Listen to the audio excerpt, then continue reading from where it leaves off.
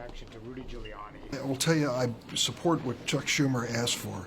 The four basic witnesses we're looking for really get to the substance of the conversation and the issue. Giuliani would be a theatrical performance, we know, and I'm not sure it would add much to this conversation. That the president and his team can find no witness who will exonerate him from his statements and conduct that led to this impeachment.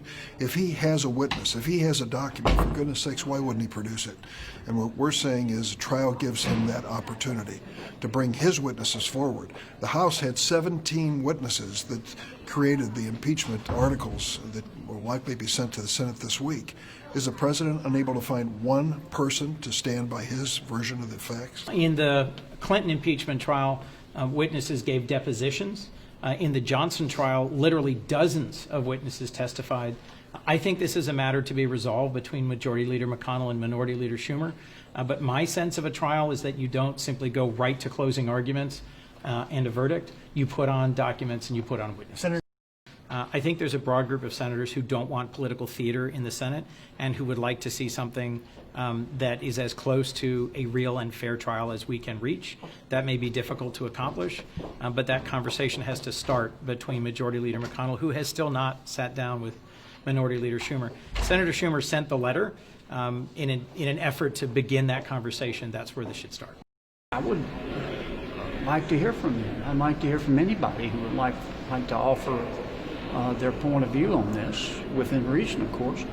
But then I'm labor, not management. I have talked to Senator Graham, and he has extended the invitation to Mayor Giuliani to come. To come testify in front of the judiciary.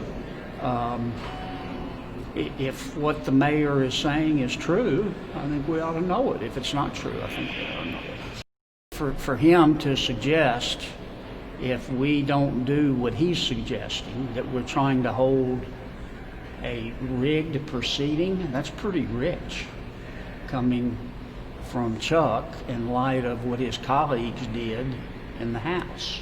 That's like being called ugly by a frog. I'm not saying Chuck's a frog. I don't think they have frogs in Manhattan, but it's a metaphor.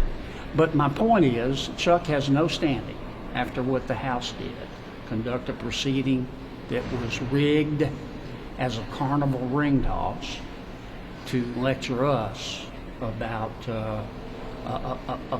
trying to rig a Senate proceeding before he's even met with Senator McConnell to talk about the rules. I am for letting each side conduct its case as it wants to.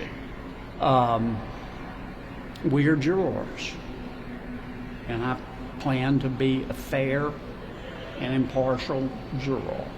Now, having said that, based on what I've seen in the House, not only the substantive testimony, but also the defective process, based on what I know today and what others know today, I think this thing's dead as fried chicken in the Senate.